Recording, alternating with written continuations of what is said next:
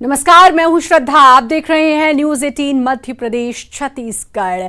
उपचुनाव बेहद नजदीक, तारीखों का ऐलान हो चुका है। 3 नवंबर को उपचुनाव, 10 नवंबर को नतीजे आएंगे और अब पूरे प्रदेश में इस समय उपचुनाव की तैयारियों में सभी दल जुटे हुए हैं।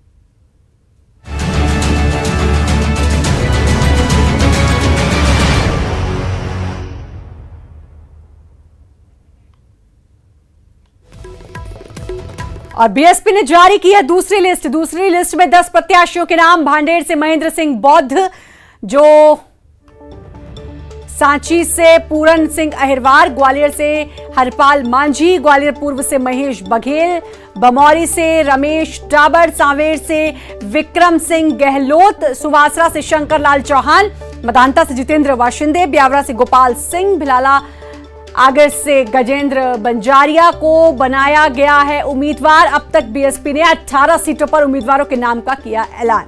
तो बीएसपी ने भी अपने पत्ते खोले दूसरी लिस्ट, जिसमें 10 प्रत्याशियों के नाम। अब तक कुल मिलाकर 18 प्रत्याशियों के नाम का ऐलान बीएसपी कर चुकी है। पहली लिस्ट में 8 प्रत्याशियों के नाम का ऐलान किया था। कुल मिलाकर 18 उम्मीदवारों के नाम का ऐलान बीएसपी ने किया है।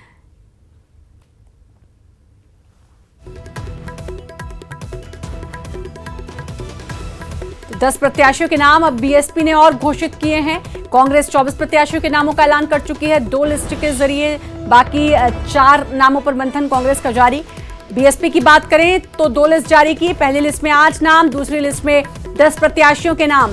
बीजेपी के अभी तक आधिकारिक सूची जारी नहीं हुई है बीजेपी की, लेकिन कांग्रेस और बीएसपी ने प्रत्याशियों के नामों का ऐलान किया है। दोनों ने अब तक 2-2 लिस्ट जारी कर दी हैं। बीएसपी ने आज 10 प्रत्याशियों के नामों की घोषणा की है।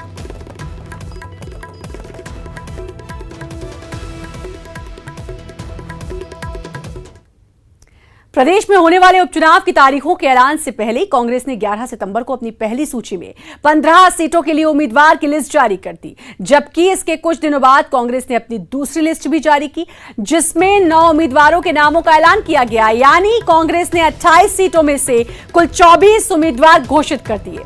वहीं दूसरी ओर बीजेपी ने अब तक अपने पत्ते नहीं खोले हैं, या कहें आधिकारिक तौर पर अपने पत्ते नहीं खोले हैं। बीजेपी ने एक भी सीट पर प्रत्याशियों की घोषणा नहीं की। हालांकि यही कहा जा रहा है कि कांग्रेस से बीजेपी में आए 25 लोगों को उम्मीदवार बनाया जाएगा, लेकिन बीजेपी और कांग्रेस के लिए बची हुई सीटों पर उम्मीदवार तय करने में मुश्किलें हो रही हैं। आपको बता दें, कांग्रेस अब भी 4 सीटों पर उम्मीदवारों के नाम नहीं तय कर पाई और मंथन अभी भी जारी है। इन 4 सीटों में है मुरैना, मेहगांव, मल्हरा और ब्यावरा। ये 4 सीटें जिसमें मंथन जारी है और आज भी मंथन हुआ। पीसीसी चीफ यानी कि कमलनाथ की भी उस बैठक में शामिल थे और 4 सीटों पर मंथन। साथ ही जो असंतुष्ट हैं उनको भी मनाने की कवायद। इन तमाम बातों पर आज चर्चा हुई। ये तो 4 सीटें कांग्रेस की तरफ से। बीजेपी की बात करें तो 3 सीट ऐसी हैं जिस पर अभी खींचतान है, और वो 3 सीटें विधायकों के निधन के कारण खाली हुई। उन पर अब भी सस्पेंस है। आगर सीट से बीजेपी विधायक मनोहर सिंह ऊंटवाल थे, जिनके निधन के बाद वो सीट खाली हुई। जौरा और ब्यावरा सीट पर कांग्रेस के विधायक थे, जिनके निधन के बाद उपचुनाव अब हो रहे हैं। इन सीटों पर बीजेपी के लिए वापसी का मौका है, जबकि कांग्रेस के सामने इन सीटों पर बड़ी चुनौती है। इधर कांग्रेस की ओर से 4 सीटों पर घमासान जारी है। इन सीटों के लिए कई दावेदारों ने टिकट मांगा है। ऐसा माना जा रहा है कि कांग्रेस को जिताऊ चेहरा तलाशने में मुश्किल आ रही है। माना यह भी जा रहा है कि कांग्रेस जल्द ही उम्मीदवारों के नाम घोषित कर सकती है। इतिहास में यह पहला मौका है जब एमपी की 28 सीटों पर उपचुनाव होने जा रहे हैं।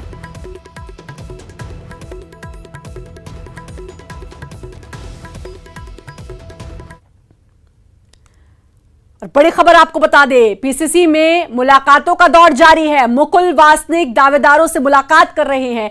4 सीटें जिन पर अभी प्रत्याशियों के नामों का ऐलान करना है, उसी पर मंथन जारी है। पीसीसी में मुकुल वासनिक दावेदारों से मुलाकात कर रहे हैं। मुरैना सीट पर राकेश मावई से मुलाकात, दिनेश गुर्जर से मुलाकात की। मुरैना सीट के दावेदारों से मुलाकात कर रहे हैं चौधरी राकेश सिंह, राहुल सिंह, हेमंत कटारे दावेदार हैं। बड़ा मलहरा सीट पर भी चर्चा हुई। 1 दर्जन दावेदारों से मुकुल वासनिक की चर्चा हुई है। 4 सीटों पर नाम घोषित होने हैं कांग्रेस के उम्मीदवार। शाम को कमलनाथ से वासनिक चर्चा करेंगे और 4 सीटों पर कल माना जा रहा है कि नामों का ऐलान हो सकता है। मुकुल वासनिक की चर्चा उन प्रत्याशियों से माफ कीजिएगा उन लोगों से हो रही है जिनके नाम है, जिनको टिकट मिल सकता है। और अब शाम को वासनिक पीसीसी चीफ कमलनाथ से मुलाकात कर सकते हैं। माना यह जा रहा है कि कल तक नामों का ऐलान हो सकता है।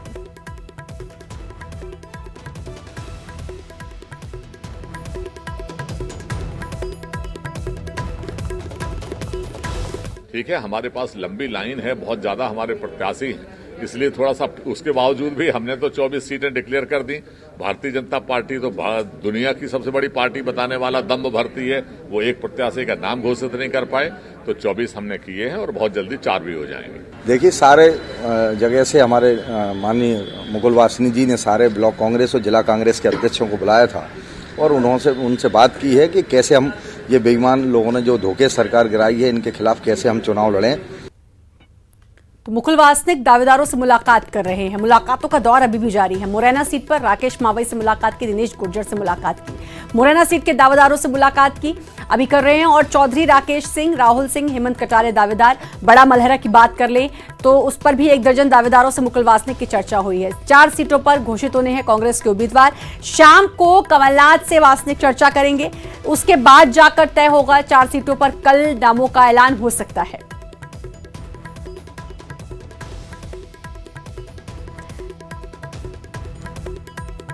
और अनुराग हमारे संवाददाता हमारे साथ जुड़ चुके हैं। अनुराग, मुलाकातों का दौर पीसीसी में लगातार चल रहा है। पीसीसी दफ्तर में मुकुल वासनिक एक उस शख्स से बातचीत कर रहे हैं, चर्चा कर रहे हैं जिनको टिकट मिलने की संभावना है। मंथन पूरा, क्योंकि ये 4 सीट जिस पर पेच कांग्रेस का फंसा हुआ है। बिल्कुल श्रद्धा, देखिए 24 सीटों पर कांग्रेस अभी तक उम्मीदवारों के नाम का ऐलान कर चुकी है, लेकिन 4 सीटों में से यदि हम राजगढ़ की ब्यावरा को छोड़ दें, क्योंकि वहां पर हाल ही में कांग्रेस के विधायक के निधन के बाद वो सीट खाली हुई है। बाकी 3 सीटों पर सबसे ज्यादा घमासान देखने को मिल रहा है। मेहगांव, मुरैना और बड़ा मलहरा, ये 3 सीटें ऐसी हैं जहां पर कांग्रेस पार्टी अभी तक उम्मीदवारों के नाम तय नहीं कर पाई। और यही कारण है कि प्रदेश प्रभारी मुकुल वासनिक को आज भोपाल आना पड़ा और उन तमाम दावेदारों को आज पीसीसी दफ्तर बुलाया गया था, जहां पर मुकुल वासनिक की उन तमाम दावेदारों से 1-to-1 चर्चा हुई है। और उनकी दावेदारी को मुकुल वासनिक ने परखने का काम किया है कि किसकी दावेदारी मजबूत है। और उसके बाद जो है शाम को मुकुल वासनिक की पीसीसी चीफ कमलनाथ के साथ बैठक होगी और उसके बाद ये माना जा रहा है कि इन बाकी बची 4 सीटों पर किसी एक नाम को तय कर लिया जाएगा और कांग्रेस पार्टी कल तक बाकी बची 4 सीटों पर उम्मीदवारों के नाम का ऐलान कर देगी। सबसे ज्यादा जो मुश्किल आ रही है वो मेहगांव विधानसभा सीट को लेकर आ रही है, क्योंकि यहाँ से चौधरी राकेश सिंह चतुर्वेदी जो कि बीजेपी के बाद कांग्रेस में शामिल हुए हैं, हेमंत कटारे जो कि पूर्व कांग्रेस के विधायक रह चुके हैं, और इसके अलावा डॉक्टर गोविंद सिंह के भांजे राहुल सिंह भदौरिया का नाम जो है तेजी के साथ ऊपर आया है। इन तीनों नामों को लेकर मंथन किया जा रहा है। और इसके अलावा ये भी कहा जा रहा है कि ये 4 सीटें ऐसी हैं जिसमें कांग्रेस के पास कोई बड़ा चेहरा नहीं है, इसीलिए जिताऊ चेहरा नहीं है, इसीलिए ये मंथन और भी ज्यादा हो रहा है, इसीलिए मुलाकातों का दौर। देखिए श्रद्धा, ये सर्वे जो है पार्टी की तरफ से सर्वे कराया गया था, उसमें जो नाम निकल कर आए और उसके अलावा जो कांग्रेस के नेता अपनी दावेदारी जता रहे हैं, क्योंकि इससे पहले कांग्रेस पार्टी ने भांडेर सीट पर फूल सिंह बरैया के नाम का ऐलान किया था और महेंद्र सिंह बोध ने दल बदल करके बीएसपी में शामिल हो गए थे। बीएसपी ने उनको अपना उम्मीदवार भी घोषित कर दिया है। तो ऐसे में असंतोष को नामों के ऐलान से पहले थामने की कोशिश में कांग्रेस पार्टी है और यही कारण है कि उन तमाम दावेदारों के बीच बैठक कर एक राय बनाने की कोशिश की जा रही है कि किसी एक नाम पर सहमति बन जाए, ताकि उपचुनाव के दौरान पार्टी को किसी तरीके का अनुराग, यही 4 सीटें क्यों? क्योंकि बाकी सीटों की अगर मैं बात करूं तो पहली लिस्ट में 15 नाम, दूसरी सूची में 9 नाम। बहुत जल्दी, बहुत कॉन्फिडेंस दिखाते हुए कांग्रेस ने 2 सूचियां जारी कर दी थी। ये 4 सीट जिस पर मंथन लगातार और इतनी सारी बैठक, तो यानी कि इस तरफ से इन 4 सीटों से कॉन्फिडेंस थोड़ा सा लूज है कांग्रेस का, इसलिए और समय लग रहा है, या कांग्रेस पूरी तरीके से पुख्ता हो जाना चाहती है कि भाई जो भी नाम का ऐलान हो वो जीते? देखिए श्रद्धा, इन सीटों को लेकर कांग्रेस के बड़े नेताओं का कनेक्शन कहीं ना कहीं है, क्योंकि मेगांव सीट पर डॉक्टर गोविंद सिंह जो कि पूर्व संसदीय मंत्री रह चुके हैं, कांग्रेस के दिग्गज नेता हैं, ग्वालियर चंबल इलाके में उनकी एक अलग पहचान है। वो चाहते हैं कि उनके भांजे राहुल सिंह भदौरिया को वहां से टिकट दिया जाए, लेकिन बताया जा रहा है कि कांग्रेस पार्टी के सर्वे में चौधरी राकेश सिंह चतुर्वेदी का नाम निकलकर सामने आया। इसके अलावा प्रदेश कांग्रेस अध्यक्ष भी चाहते हैं कि हेमंत कटारे को वहां से टिकट दिया जाए। तो कुल मिलाकर इस सीट को लेकर जो कांग्रेस के बड़े नेता हैं वो अपनी तरफ से पूरा जोर लगाने का काम कर रहे हैं, और इसी कारण से इस सीट पर पेच फंसा हुआ है। और दूसरी जो सबसे बड़ी सीट कांग्रेस के लिए बन गई है वो मुरैना सीट है, क्योंकि यहाँ से सर्वे में बताया जा रहा है कि राकेश मावई कांग्रेस के लिए मजबूत उम्मीदवार हो सकते हैं। लेकिन मध्य प्रदेश कांग्रेस किसान मोर्चा के ही अध्यक्ष दिनेश गुर्जर यहाँ से दावेदारी कर रहे हैं, और यदि दिनेश गुर्जर टिकट नहीं मिलने से नाराज होते हैं तो उस सीट पर कांग्रेस पार्टी को नुकसान हो सकता है। तो कुल मिलाकर कांग्रेस पार्टी उन तमाम नेताओं दावेदारों को मनाने की कोशिश में लगी हुई है जो उन सीटों पर अपनी दावेदारी कर रहे हैं। तो इसी कोशिश में है मुकुल वासनिक लगे हुए हैं ताकि एक नाम पर राय बन सके, और उसके बाद पार्टी अपनी बाकी बची 4 सीटों पर ये भी देखना होगा कि अब जो इतना मंथन चल रहा है, मुलाकातों का दौर लगातार जारी है, इसमें कितनी सफलता मिलेगी। ये तो खैर ये वक्त बताएगा, ये नतीजे बताएंगे। बहुत बहुत शुक्रिया आपका अनुराग तमाम जानकारी देने के लिए। तो 4 सीटों पर अभी पेच फंसा हुआ है, मुलाकात लगातार हो रही है, मुकुल वासनिक लगातार मुलाकात कर रहे हैं उन लोगों से जो संभावित उम्मीदवार हैं, जो जिनको टिकट मिलना है। लाइन भी लगी हुई है, उसमें तकरीबन 1 दर्जन लोगों से वो मुलाकात कर चुके हैं, और अब शाम को वो पूर्व मुख्यमंत्री पीसीसी चीफ कमलनाथ से मुलाकात करेंगे। उम्मीद जताई जा रही है कि आज को जो ये मंथन चला है, मुलाकातों का दौर चला है, कल शायद इसका कुछ रिजल्ट निकले, रिजल्ट यानी कि नामों का ऐलान कल 4 बाकी सीटों पर हो जाए।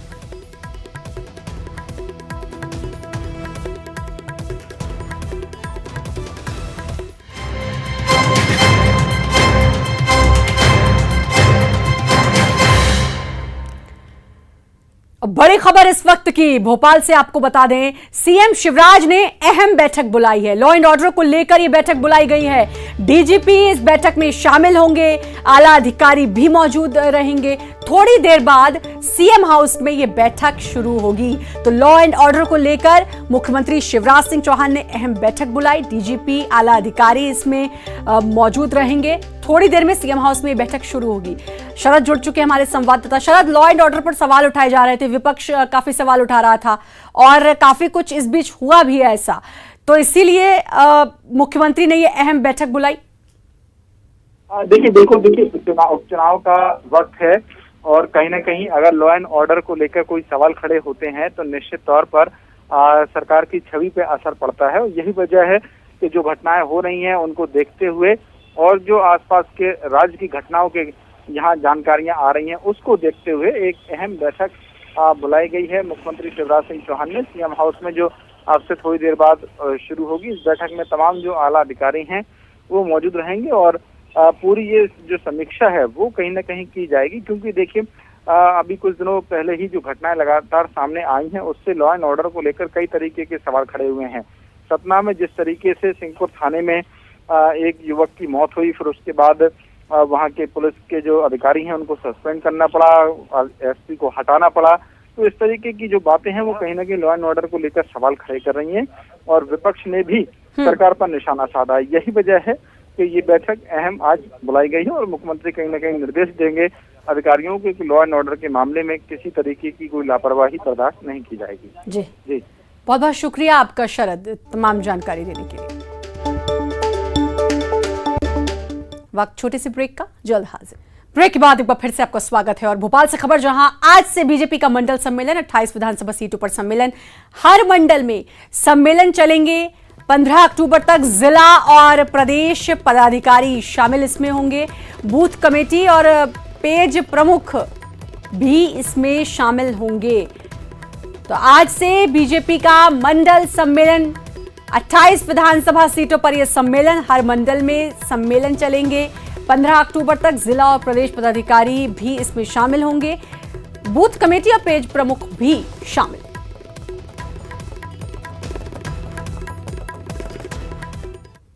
सीएम शिवराज ने फूल सिंह बरैया के बयान की आलोचना की है। उनकी माने तो भगवान ने सबको समान बनाया है, सबको न्याय मिलना चाहिए, घृणा की राजनीति का देश में कोई स्थान नहीं। इस तरह की बात करना ना तो तर्क संगत है और ना ही न्याय संगत है।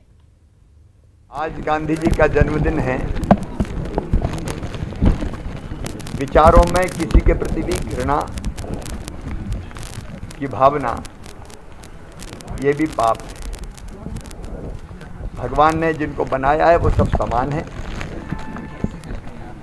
सबको न्याय मिलना चाहिए, सबको आगे बढ़ने का समान अवसर मिलना चाहिए। बुरहानपुर में नेपानगर विधानसभा चुनाव के एन वक्त बीजेपी में चले आ रहे सियासी ड्रामे का आज पटाक्षेप हो गया।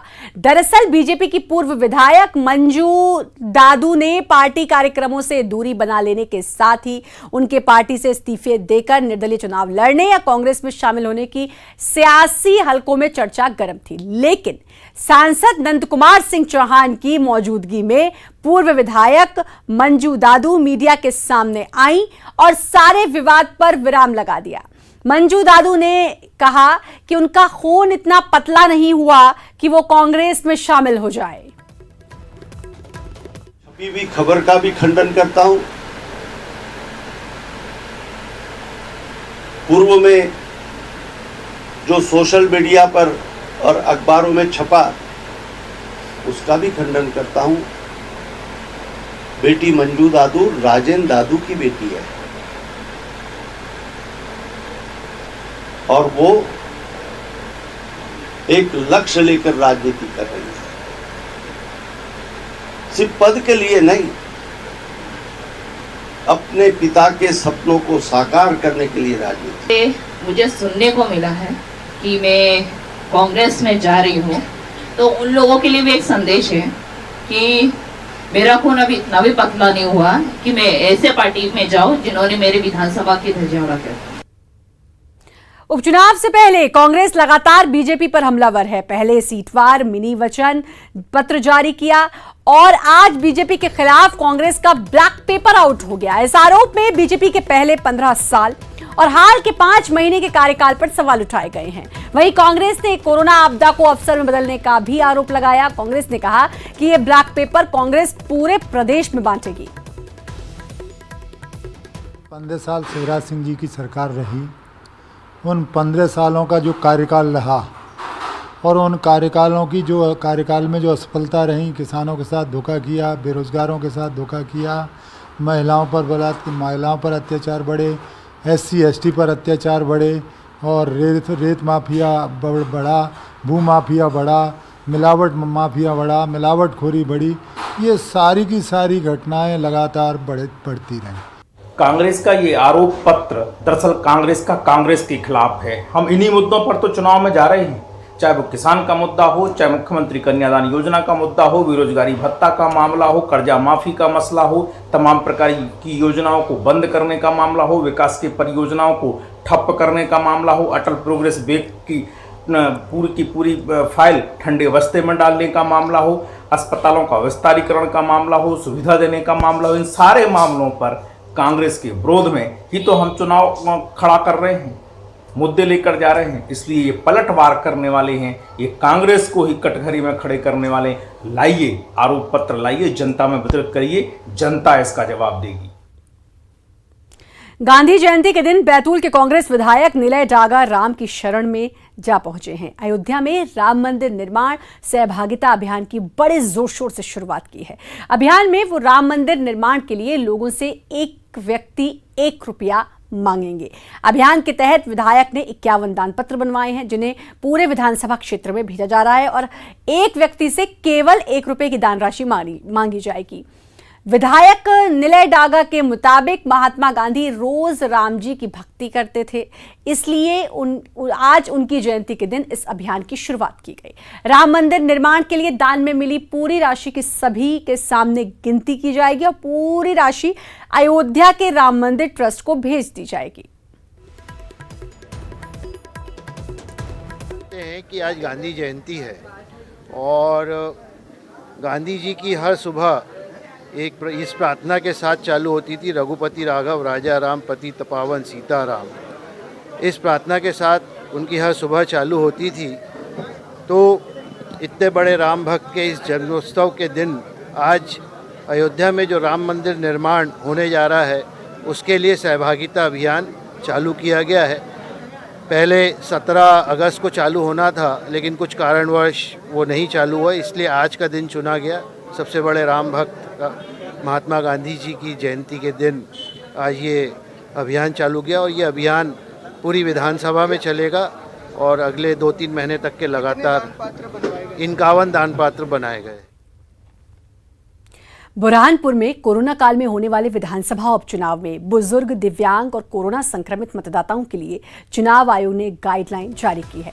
अब तक चुनाव ड्यूटी में तैनात अफसर कर्मियों को डाक मतपत्र के जरिए मताधिकार करने की सुविधा दी जाती थी, लेकिन इस चुनाव में 80 साल से अधिक उम्र के बुजुर्गों, दिव्यांग मतदाताओं और कोरोना संक्रमित मतदाताओं को डाक मतपत्र से वोट देने की सुविधा दी जाएगी। बुरहानपुर की नेपानगर विधानसभा के लिए होने वाले उपचुनाव में ऐसे 2000 से ज्यादा मतदाता हैं।